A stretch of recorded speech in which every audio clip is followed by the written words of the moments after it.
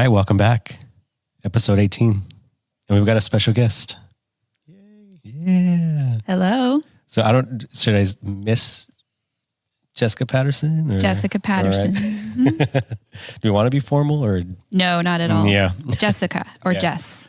All right. So we got Jess on here. She's a friend of ours who is a licensed therapist. Yes.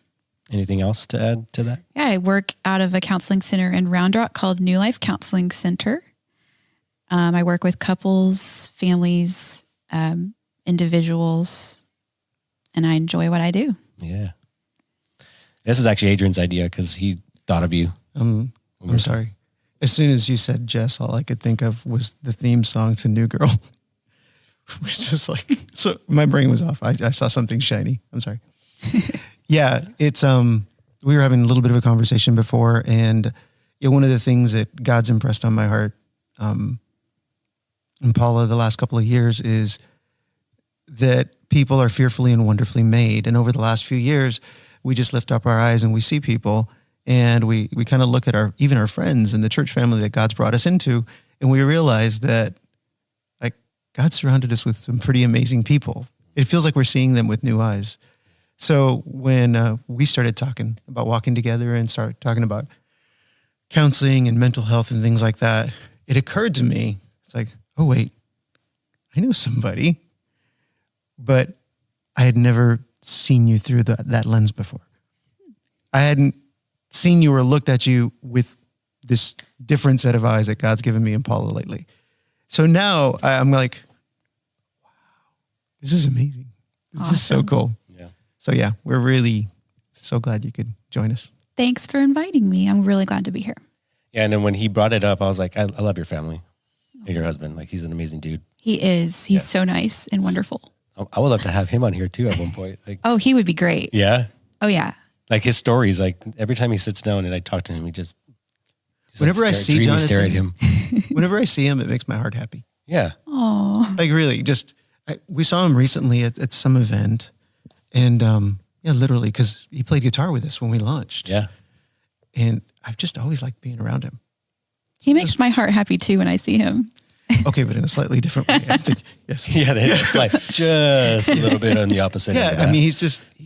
There's a phrase in Spanish, and it's "tiene la sangre liviana," and what that literally means, the literal translation is their blood is light, and you use that to describe people that are very likable. So when you meet someone and you say "tiene la sangre liviana," that means, oh wow, you just walk up to this person, you just like them immediately. Like, I don't know why, but I just like you. Jonathan's one of those people for me. I really love to hear that. Yeah, he's awesome. I agree. So tell him all these things. I will. Yeah. I'll If you're have him listening, listen Jonathan, to this. we love you, bro. Oh, Well, so I had a topic and a theme, which you and I already talked about. But just to build context for people that are listening, the question that I asked in my jumbled way is, when an individual is dealing with trauma, do they learn from the awareness of the triggers, from the actual trauma itself? So from the realization and coming to the awareness of like, this is what it is, or is it in the work that they have to do to get through that trauma, or is it both? Right. And a lot of that is based on what I've dealt with for the past year and a half. You know, most people that listen to the podcast, they know that I've gone through a divorce, and then they've kind of heard my story, right? They've heard the journey that I've been on for the past 18 episodes now. And we've talked a lot about all those things. And so I wanted to get a clinical response. And so nobody better than to have you on here. yeah. So, yeah, what were your thoughts? Like originally when I had asked that question? My first thought was, how about both? Yeah. And that's it, guys. Bye. Yep. That's it. Thank you. Good night. Well, if you're not going and dealing with the trauma that you need to deal with, your own healing, and you're not becoming aware of internally what's been going on, what's coming up from the past, and just becoming more and more self-aware and healing from your hurt, you'll inevitably seek the healing through a person. You'll seek out in a relationship a person to heal you. And triggers come up in relationships. People, especially the closest relationships, trigger a lot of things that you've been through in your family of origin or in past traumatic experiences. It's going to happen. It's going to come up. But are you going to rely on that person to be your source of healing? Are you going to put your own trauma on that person, whether it's a friend or a spouse or a kid or a colleague or a family member of some sort? Are you going to put them in a place that they need to respond to you in certain ways so that your heart heals, so that your soul heals? Or are you going to just be able to do your own work while you let them know and communicate in a relationship? This triggers me. This is what's coming up for me. I'm responsible for that, though. I'm responsible for how I'm reacting, how I'm feeling, what I'm thinking, and working through what I've been through and what's coming up for me, not you. But this brings up a trigger for me, a reaction in me. And then whoever you're in a relationship with can be mindful of that in the future. And their responsibility to you is going to be to understand this triggers you. And maybe that's something that they can adjust. They're not responsible for you, however, making sure that you don't get triggered and making sure that you get healed and that you're okay. But you're going to tear apart any relationship if you just take trauma and seek healing for that in a relationship.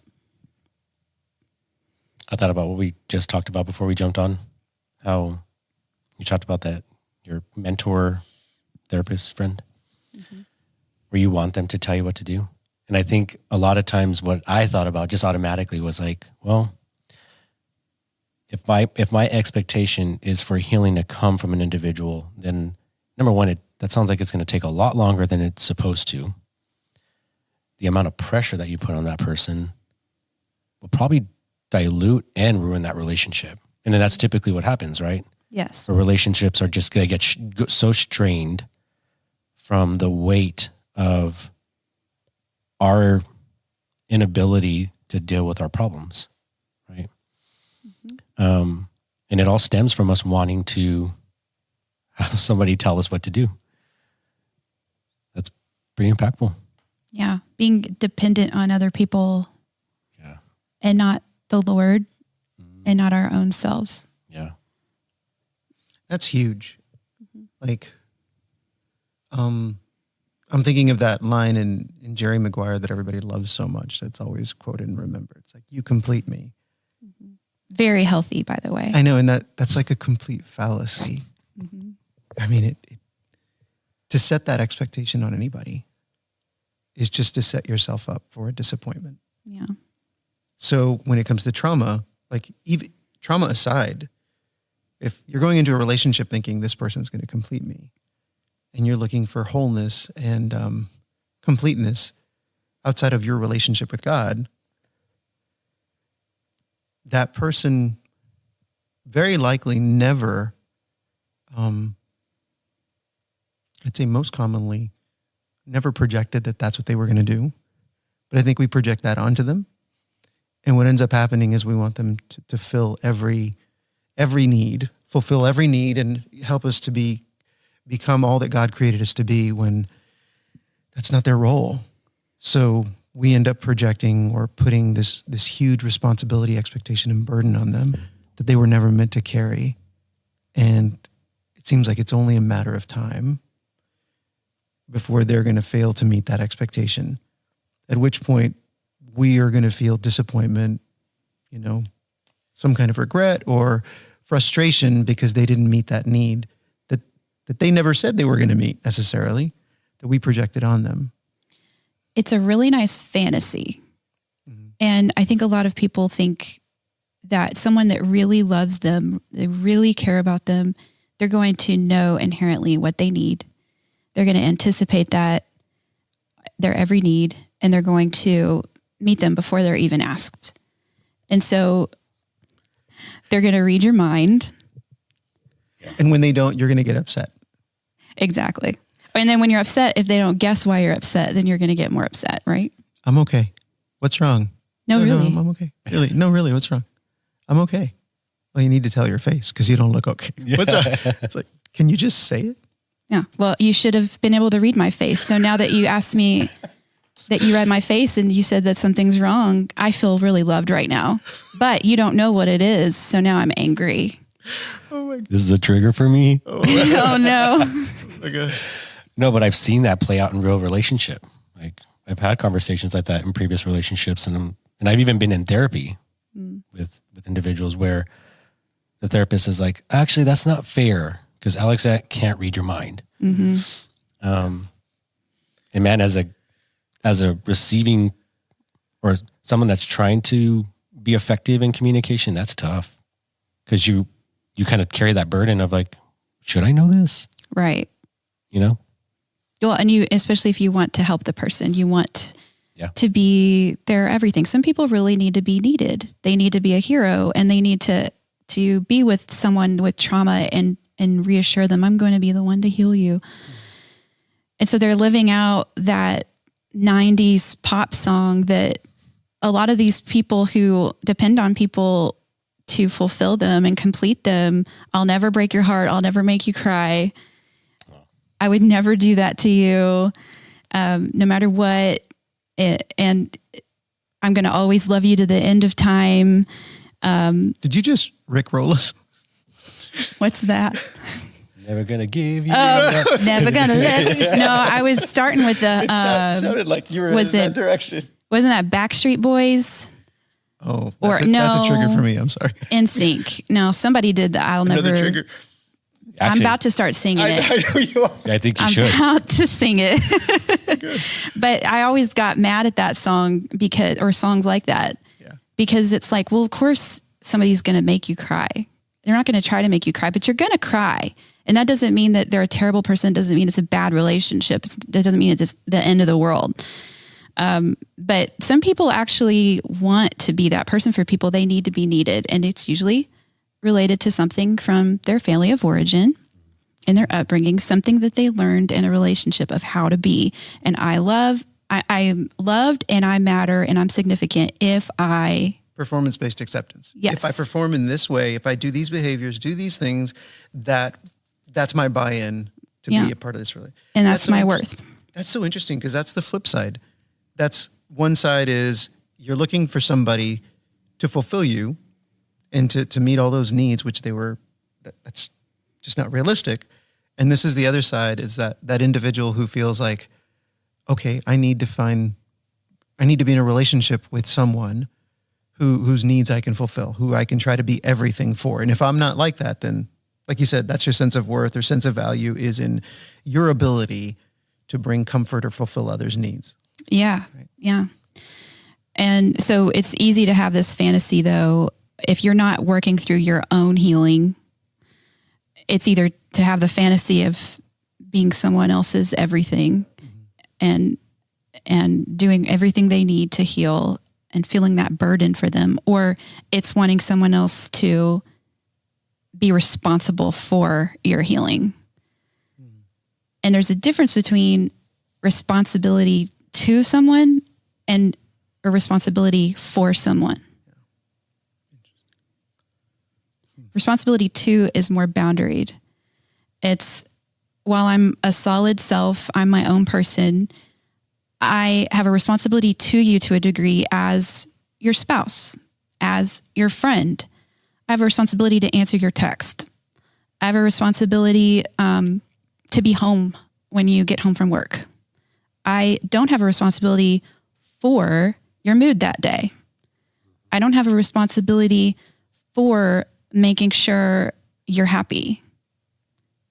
So it's almost like, could it be kind of like accountability versus responsibility? I'm accountable to someone. Yeah. They're going to hold me accountable for certain things, but I'm not responsible for them. Yeah, that's a good point. Right? Okay. Because that's different. Like, how can I be held responsible for the actions of another person? Right. I shouldn't bear the responsibility for decisions and actions that they made. If I was to do that, one, that's well, it's incredibly unfair, but it's also disempowering to them. It's like, hey, do whatever you want. I'm going to bear the responsibility for it. Yeah. Whereas accountability is, okay, you did those things, but I'm here to remind you, you shouldn't have done those things. Well, how many of us grew up in homes where we learned as children that we are responsible for other people's reactions? Oh, siblings. Siblings, parents. Siblings, parents. Yeah, that's true. Yeah, parents for some. And so that doesn't just go away just because we grow up. That's an internal belief. That's the way our brain is wired. That's the way we were conditioned. So that's the way we kind of go forward. Yeah. And naturally it's going to play out in adult relationships. That's all you know. What's that? We look at life through the lens of our experience. So if that's what we experience, that's what everything looks like to us. That's true. A lot's going on in my mind. What's going on over there? I see wheels turning, Alex. Well, I know. I was thinking, well, if we're deciphering what accountability and responsibility looks like, well, what's the responsibility from that accountability? Does that make sense? Am I saying that correctly? Unpack it differently. I'm confused. Okay, let me process this real quick. I think I know what you mean. So if you're accountable to me, what are the expectations for what I should actually do? Right. I think that's what you mean, right? That's exactly what I meant. So then what do I have to, if I say that I'm going to help somebody or I'm in a relationship where they're accountable to me and I'm accountable to them, what does that translate to in terms of work responsibility? Yeah. Or not, I don't know if it's responsibility. Responsibility seems like too heavy a word. Obligation seems like too heavy a word. But like, what is the expectation, or what do I do aside from say, oh, you shouldn't have done that? Well, real quick to add to that, what I'm thinking about is the listeners where they may feel like they have a responsibility over accountability. And so where do they start to separate themselves here, where they can start looking at, okay, well, this is an unhealthy behavior. This is an unhealthy expectation. Well, what can I do now to now pivot my mind to start looking at the ways that I can start living out what we're talking about, the accountability over responsibility? It seems you could ask yourself, start with the question, what am I in control of? And that's a really good gauge. That is a good one. I've heard that many times. You can only control what you can control. I'm in control of my thinking. I'm in control of my perspective. I'm in control of my emotions and regulating them or not. I'm in control of what I say. I'm in control of what I do. Now, mirror that comment, and all of those things are things that you're not in control of for somebody else. I am not in control of them. I can't do anything to control them. Yeah. So anything short of controlling them. And I feel like that's probably the number one factor when you think about when relationships end. And correct me if I'm wrong. I think a lot of people, because they feel out of control of not being able to control the situation or the result or the what it ends up turning into, they begin to act with that responsibility thinking rather than removing that from the picture and looking at logically, okay, these are the things I need to do moving forward, right? Yeah. And I try to help clients before they come to that point to make sure that they are looking at themselves enough and learning more about their own self-management.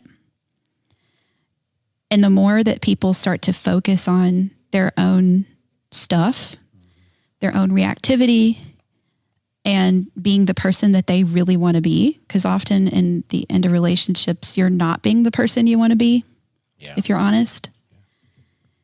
And that's just two people reacting to each other a lot instead of responding to out of the person they want to be. So I help people look at themselves more, and it seems that what happens is the more they focus on their own selves and not the other person, the more whatever's going on between them changes for the better.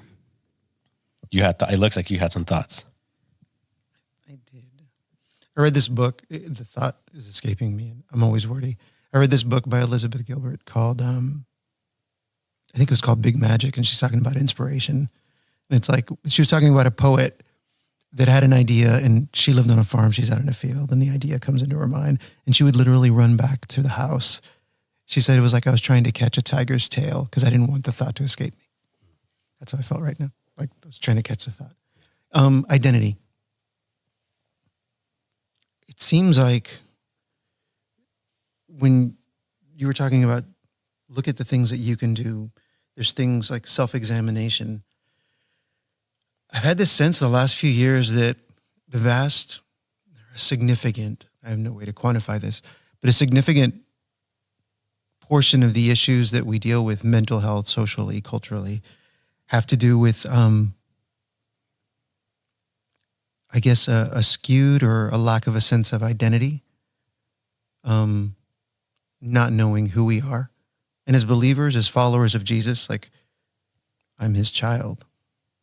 I'm his son. I'm fearfully and wonderfully made. He created me. I'm loved. I'm precious. I'm cared for.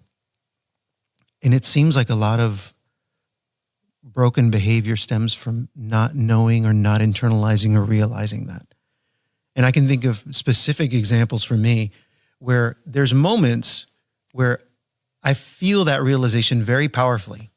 Like you have a time of devotion, you have a time of worship, you have a time of prayer, and you know that I not only think it, but I feel it in my body like I'm his son, and he loves me, and he created me with a purpose. And it even makes me walk differently. Like I carry myself different. I have a different countenance when I'm sitting in that reality, that understanding. And it even feels different when I walk into a room of people. I've always been kind of socially awkward and kind of intimidated in big settings, very introverted. But in those moments where I've been secure in my identity, I could walk into any room with people, with anyone, and I don't really care. I just feel secure. I feel secure I feel comfortable in my own skin. And whether it's, the White House or a back room somewhere or a church or a bar, it's like in those moments where I'm secure in my identity, it's not like I don't want to sound flippant, but I don't really care what you think about me. So when you had a solid sense of self, mm-hmm. It calmed your nervous system. Yeah, I'm not reacting. I'm responding to external stimulus. I'm not reacting to external stimulus, where when I don't have that, and it's funny because it's kind of elusive. There's moments where I feel very secure in that. And there's other moments where maybe because of other things in the context of my life distract me and, make me forget or cause me to forget. No, that all own the responsibility.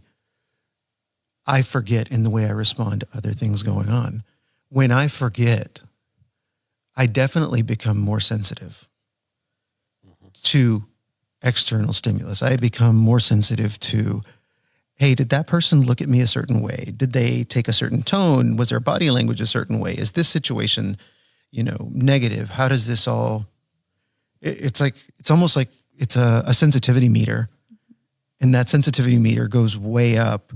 The more I lose my sense of identity and who I am in Christ, I become much more sensitive and much more subject to others' perceptions and the world around me. And the lies of the enemy. Yeah, because what happens is somebody doesn't say hi to you, or somebody says something flippantly, or somebody doesn't make time. Those are all like seeds that the enemy uses to construct narratives. So we start constructing these narratives in our head that are really, they don't have a basis in truth because of our insecurity or because of our, frail sense of identity. We kind of build this narrative like, oh, that person, man, they don't really care about me. What's wrong with me? Why don't they say me? Why didn't they talk to me? Why didn't they do this? Oh, there must be something. And it's like this whole narrative just kind of snowballs. One thing I've found though, it's just like a snowball. the faster I stop it, the easier it is to stop. The longer I let it go, it's almost like there's a momentum, like almost like an emotional or psychological momentum to it. The longer that narrative gets going, the harder it gets to stop. But that identity, knowing who I am in Christ, is monumentally important for me. And I think for anyone, I think that kind of gives you the strength to just deal with every situation in life, whether it's other people, whether it's whatever circumstance you're in. And I say this every podcast, and this is why I need Jesus every single day. He is the Prince of Peace. And he really does bring that peace internally, and that peace is physiological. And so that's your nervous system that's responding to that. And then the lies of the enemy do the opposite, creates fear. That makes for really exhausting relationships too, when you have one or both people in constant cycles like that. And that's just the power of the Lord. What do you think it is, though, whenever you're snowballing, that makes it so hard to stop that?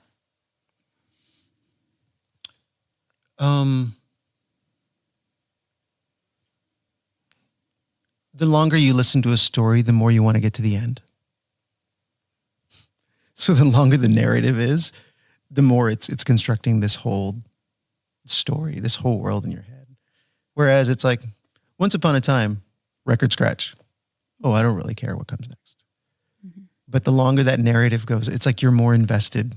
There's something, I don't know, psychologically or emotionally, there's something about we're building this story. And I think even as I'm processing now, if you're building a story for a while and you realize at a certain point that it's a stupid story, then I must be stupid for having built that story. So it's almost like when you make a stupid decision, but you're too proud to own it and say, I made a stupid decision.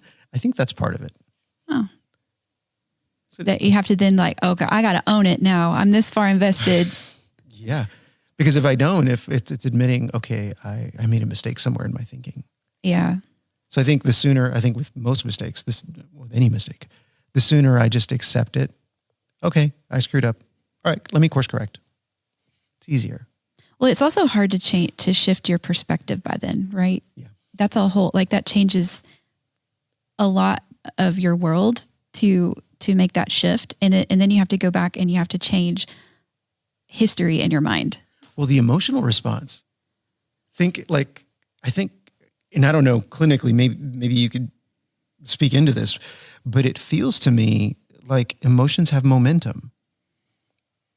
Like if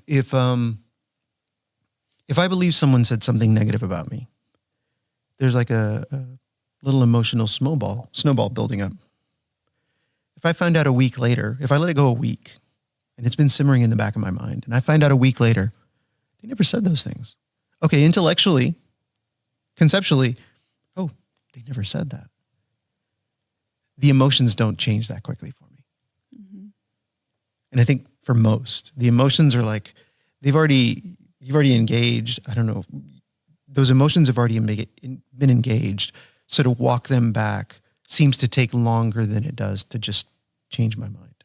That makes sense. They've already had an impact on you physically, mentally, a deep impact.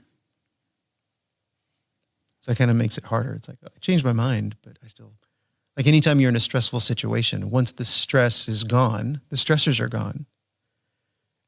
I think it takes a little while for your body to regulate, to come back, to normalize again to the pre-stress situation. It's like our body doesn't react as quickly, or it needs time to re-normalize or normalize. Yeah. That makes sense? Yeah. And it starts with your brain. It starts with what you're telling yourself about the scenario, and your brain is then shifting from pumping all of the fight or flight chemicals into your body to the calming chemicals. And I guess that makes sense. You would have to take that time to counter all the other, cortisol and stress hormones that are in your body with what's calming and more peaceful. And so it takes your nervous system time to settle, your whole body. But you have to be consistent too with what you're telling yourself then, what your brain is telling your body to do. Yeah. I think that's why it's so important, because real quick, let me put context. In my mind, I was thinking, well, how does Jesus fit into this equation if our bodies are trying to self-regulate, and if what we tell ourselves is so important, and it's something that we rely on? If we're feeding only what we tell ourselves, then of course we're going to continue to snowball, and we're going to continue to hold on to that thought until it gets to the point of either I don't want to feel like this, or I need to go see somebody, I need to talk to somebody.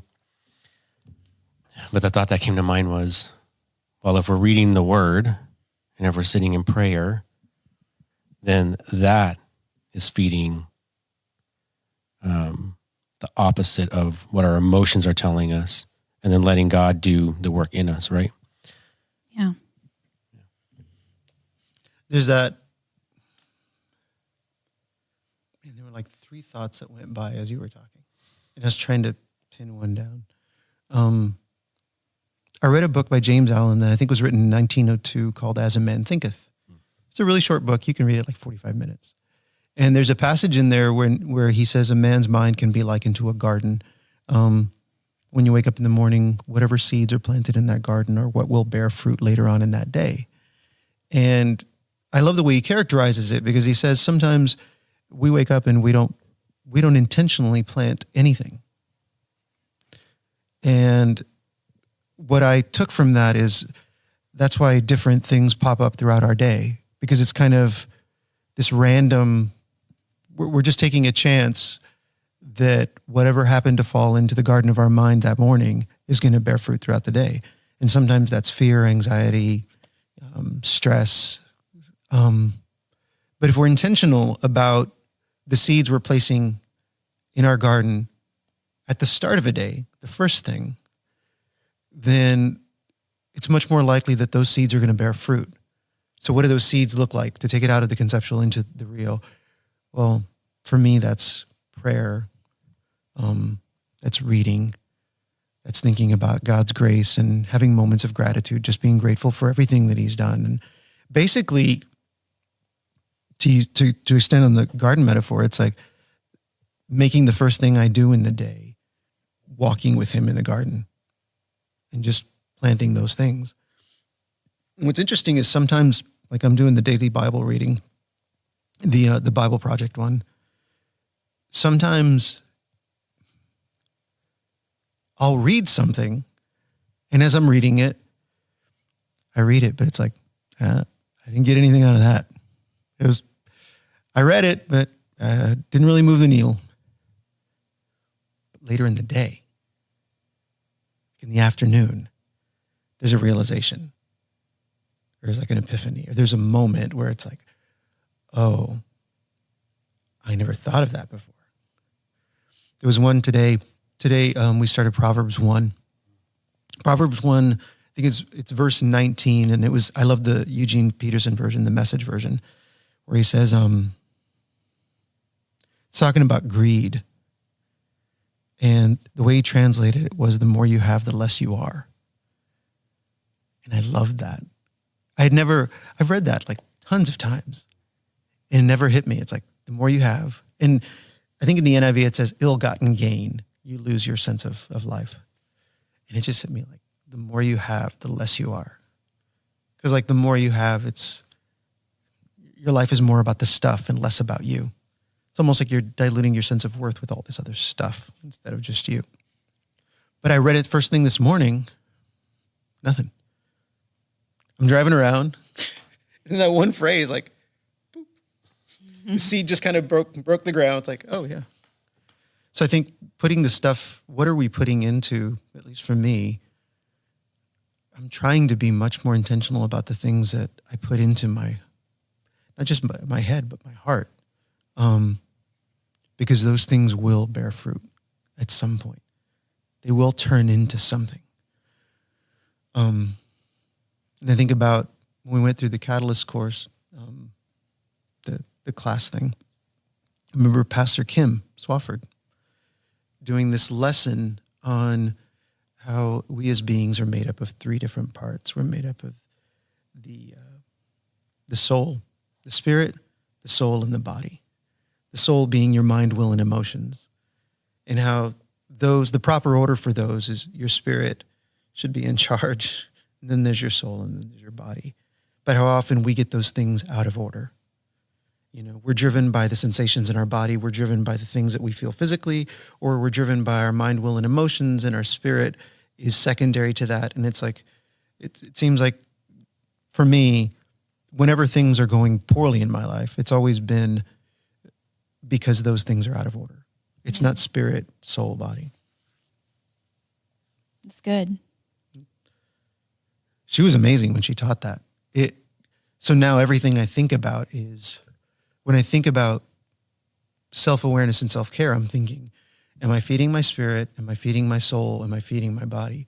Now, at a certain point, there's a couple of those levers that we can't move as much. Certain stages of life or certain circumstances physically, I can't change the state of my body. I have friends who live with chronic pain. They can't do anything about that chronic pain. But they can still move the other two levers. They can still feed their spirit, and they can still feed their mind. So it's like, back to what you were saying earlier, what are the things that you can control? Well, I can control my spiritual state. I can be intentional about what I'm doing spiritually. And for me, what that looks like is, all right, I'm going to start my day with prayer and reading and seeking Him. And the fruits that you bear from that have nothing to do with what somebody else is doing. It doesn't have anything to do with what they're not doing, what they're saying, how they're feeling. Yeah. And you can have that peace internally no matter what. Yeah, there's no dependency on others. There's no dependency, and also negatively, I think we kind of make that excuses also for our dysfunctional or broken behavior is, well, they made me do this, or they treated me like this. That's why I did this, because they did that. No, this perspective is all about, no, I'm responsible for all these things. These are all things that I do.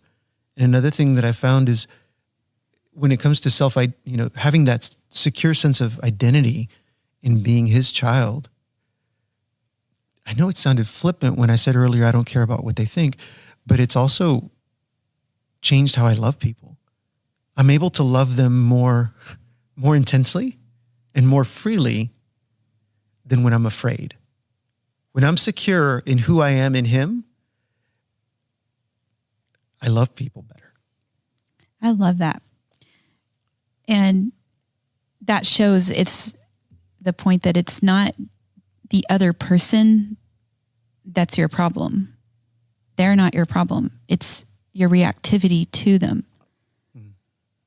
And it's not the situation that's your problem. It's your belief about the situation.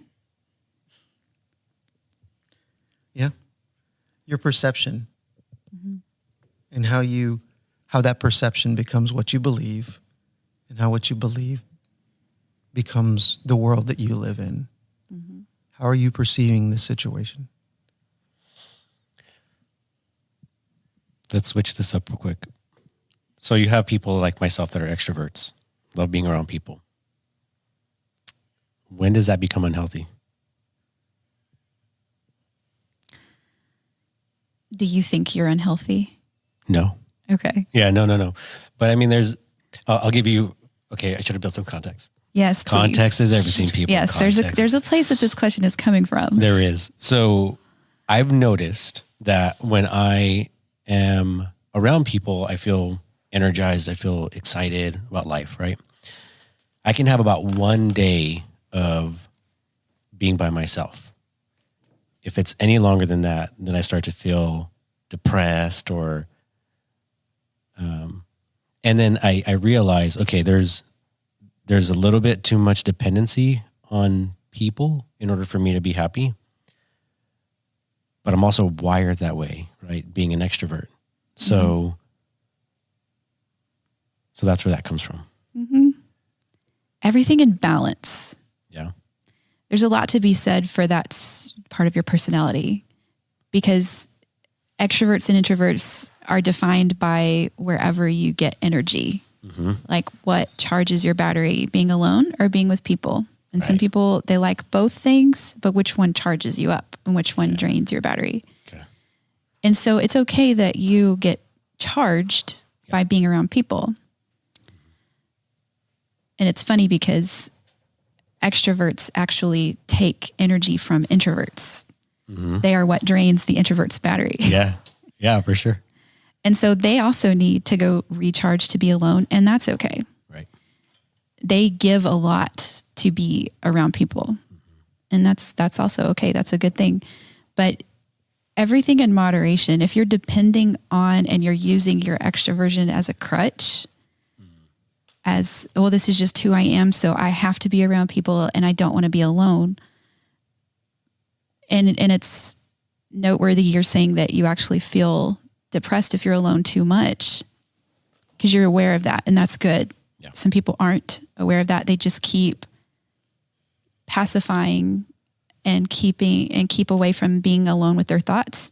Yeah. By staying with people, staying around people all the time, constantly, and they're never self-aware of what that's about. Yeah. And so I think it's helpful to ask yourself, what gets depressing when you're alone? What can you do about that? What is it about for you that you're depressed? And is it a fear of being alone with your thoughts? And if so, why? And is it something that you need to deal with? Is it something you need to sit with? Yeah. That's good. I know the answer to that for me. Yeah, I think it's the snowball. I sit with the emotion and I'm like, okay, here's a moment. I'm feeling a certain way. I bring it to God. I'm like, all right, God, I feel sad because of X, Y, Z. And then I'll sit with it for a minute. And I'll keep sitting with it. I'll keep sitting with it. And it just keeps sitting with me. And I'm like, okay, how do I get this out of me? And then I go into, everything is hell and, dreadful life. And then I get to a point where I'm like, okay, I don't want to feel like this anymore. And I'll do something. I'm going to distract myself. I'm going to go get in front of other people. But interesting enough, I don't know if this is just like a healing process. Those thoughts or those feelings won't come back after the fact. So I don't know if that's just my way of dealing with the emotion or the process of that emotion. But it's not like a repeating action. So I don't know if that. You don't get the same feeling that you had when you were alone and then you prayed and then you went out with friends and then the feeling doesn't come back? Well, like if I'm alone again, yeah, that thought or that emotion won't come back up. So I don't know if it's because I've dealt with it. Or if you swept it under the rug. Or I've swept it under yeah. Or shoved Does it down. Does it not come back or is it repressed? Or I'm holding down that sucker. What was that? There was an episode of The Family Guy where Peter's talking with his son, Chris. I think it was Chris. Chris is like, Dad, what do I do when I have like these feelings or I'm hurt? He goes, what you do, Chris, is you just take them, you just pack them way in there. You just push them down and never let them come out. It's like, yes. That is my number one thing I tell clients. just pack those emotions in there. They'll go away. Don't worry. Yeah. Nothing will come of those. Yeah. So do they really go away? Or are you keeping yourself distracted long enough to just keep kicking the can down the road? I don't know yet. And I think it's because I haven't dealt with them in relationship yet. And that's okay. There are some things that you will not even know need to be healed until it comes up in a relationship. Yeah, that's good. We talked about this last week. We did. My pride. Yeah, so last week we talked about race. And growing up as a kid, I struggled with feeling less than because of my racial background. So I've designed this pride around not feeling affected by, racism or an individual looking at me a certain way, me thinking automatically, oh, that's a racist person. So I've gotten to the point where, well, prior, because I'm working on this, but I've gotten to the point where I was puffed up and like, oh, these people can't, I'm a really smart dude and I'm educated, I'm successful, and arrogance was my response. And in this season, God has been chipping away at that. Oh. Yeah. So there's a lot of humbling moments here. And we've had really great conversations where he's like, actually, maybe it wasn't that thought that you're actually thinking right now, and it's something else. And I feel like God just continues to just Mm-hmm. Well, share that example. You shared it before. And it was interesting because it had to do with perception, like how you perceive a certain situation. Yeah. So and you were presenting it one way, the way you perceived it. And then we kind of explored, well, what if that's not what was happening? Yeah. Well, I was in the grocery store and I was trying to go around this old lady, and she went right and I went left and she went left. And then finally we kind of got stuck and she was like, go, real upset.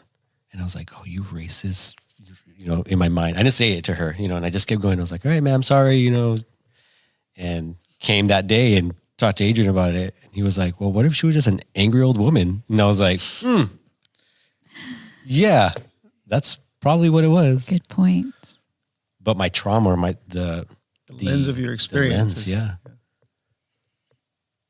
That seems so interesting because you said it and I'm like, there's a lot of grumpy old people out there.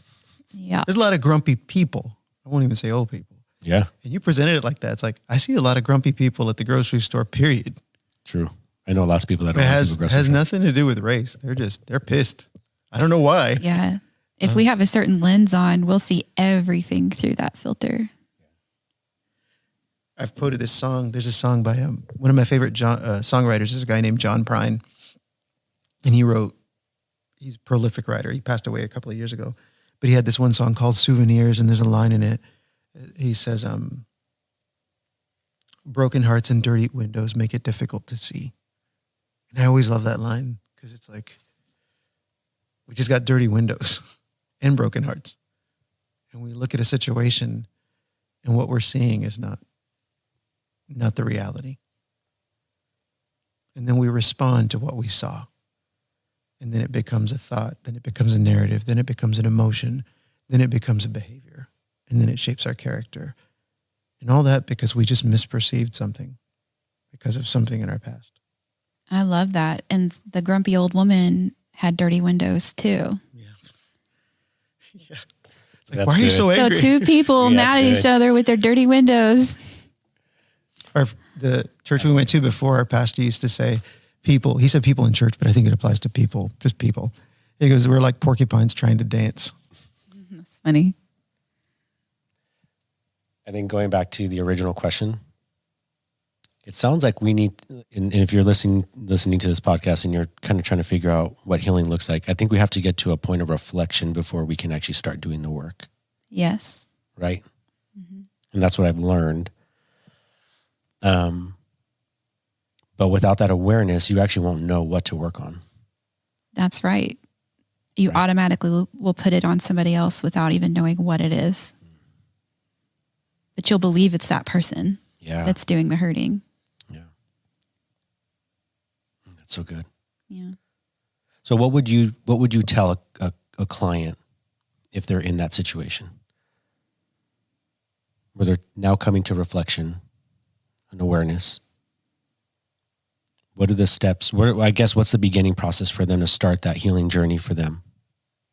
And I know this is kind of like a very broad question because each individual has their own experiences. But is there like a generality in terms of like the way that you approach that? Yeah, because it's so new for a lot of people. I mean, 20, 30, 40, 50 years into your life, and all of a sudden somebody's asking you, change the way you look at everything around you. I mean, and now start acting on it. I tell clients, don't expect so much of yourself. Don't just have grace for yourself. I have grace for you. I don't expect you to come in next week and say, I responded completely differently because I saw it through this new lens. It's going to take some time to change your perspective. And so I tell people to first start thinking about it and start simply observing the pattern, not the content of the situations, not what he said, what she said, but the process, what goes on, what's the dance. Study the dance, because it's a choreographed dance to a different song that keeps repeating. And you've learned your part. You got the same, yes, you have the same dance moves and they've got the same dance moves. You know what's going to happen next if you do this. And so simply observing that, and in the context of looking at yourself, what am I doing? What am I responding to? How am I reacting? What am I thinking? What am I believing? What am I feeling? What's that about? What's coming up? And the more you start focusing on that and simply observing, and you can just let things keep playing out the way they are, but observe yourself, observe what's going on, and start thinking about it. And then we come back in the next session, we talk about that. And then we think about what we could have done. And so it's a gradual process of changing your way of perceiving things. I think about that Tim Ross clip that he has going around where he talks about marriages fail because they forget, or let me process this. They tend to continue the same dance. And so when a marriage goes stale or a relationship goes stale, what worked in the past is not going to work for the future. So you have to look at a different dance. Maybe it's a different song. And this conversation actually confirms what he was saying, because there's a lot of times where I hear like other therapists on Instagram or therapists on Instagram or TikTok, and they give some really great insight. They have a good quote, and they don't give context around how that actually applies in relationship. And I think going back to the Tim Ross comment, I thought it was great and I understood it. But this brings light into why that needs to happen. I don't know if you've seen it. I haven't, but yeah. Your dance moves are your contribution. It's good. And if you alone are the one who is changing your own dance moves, it's inevitable that the other person has to respond differently. And they may not like it at first. Because when you're changing, especially if it's for the better, you're asking the other person to grow or change too. And most people don't want to be put in that situation. And so you'll get some combat from that. And I always tell clients that as you bring this new perspective shift home, expect things to get worse before they get better. Because things have to blow up a little bit and they have to be torn down to be rebuilt. And that tearing down really hurts and it feels like it's not working.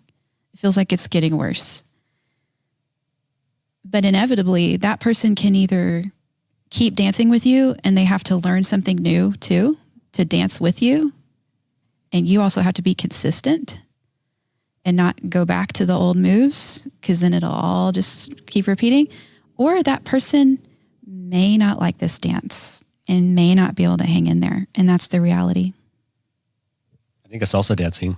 Like I was in Puerto Rico like 3 or 4 weeks ago, and I was at a salsa club, and salsa, you dance with anybody, right? Yeah. And I was dancing with this like a bachelorette party of girls, and none of them knew how to salsa dance. And so I was like trying to teach them, and I went one way and then the tension of them going the other way. And like, that makes total sense. Yeah. You're constantly fighting to get them back on rhythm. And you're like, well, I'm going this way, but you're going the opposite way. And you're messing everything up and we're falling all over the place. Yeah. I love this metaphor though. Yeah. This metaphor is incredible. For me, it's incredibly powerful because here's the difference. In that situation, there's grace. Totally. You don't know each other. You just walked up to somebody that you've never met before, and the two of you are dancing, and there's no expectation that they know or you know. So if you step on each other's toes or you bump into each other, it's like, oh, okay, we didn't know. If you've been dancing with somebody for 10 years, 15 years, and you decide to do something different, and you step on each other's toes, there's some conflict there, and decisions have to be made. I'm going to adapt to the changes you made, or I'm pissed because you stepped on my toes and you changed, and I'm walking away from this dance. Yeah. I also think about leadership in this moment because in dancing, someone has to lead. Well, in dancing, leading shifts. Sometimes one leads, sometimes the other leads. Yeah. It's complementary also. It's not, I don't think it's ever that set. But again, the longer you've done a dance a certain way, the more ingrained it is in you, the more, I like you said, blow things up. The more things are going to blow up when you change it. It's like, you just smacked my head with your elbow. What happened? I'm trying a new move. All right. Oh, okay. Well, let me just adapt to that move, or I hate you. I don't want to dance anymore. Well, if you respect and trust the person you're dancing with and they start changing their moves, you're more apt to move with them. Mm-hmm. And that's the hope, that you have a leader in the home that will be able to do that. But often you have someone that's not in what should be a godly leadership role trying to lead the dance. And that's extra hard. Mm-hmm. And if you think about two kids being a part of the dance, complicates everything. That's another dimension. For a little kid to be treated as the problem in the home, the symptom, and to be sent to work on their own stuff and the parents not be involved in it. And a kid learns something and tries to come home with it. How are they going to lead their parents in a new dance? That whole system is the same system they go to, and those are the leaders. And so it's important, if you get your kid into therapy, that you are a willing, active participant in that, if not the participant. Yeah. That just seems like a whole nother dimension of difficulty. Yeah. Of challenge, because now there's multiple layers of adaptation. They're changing. You change. Well, that's going to affect the dynamic between the parents too. Yes. And how they interact with oh wow. That seems very complex. Yes, because if you think about, if anybody comes and brings change home and you can expect things to get worse before they get better, what's a kid to do with that when things get worse? I think about my kids. Yeah. Like they've had to navigate this whole new season, right? And I've even had to learn how to parent and react and be aware of moments. I could tell you a quick story. There was one time Briley was coming home from school.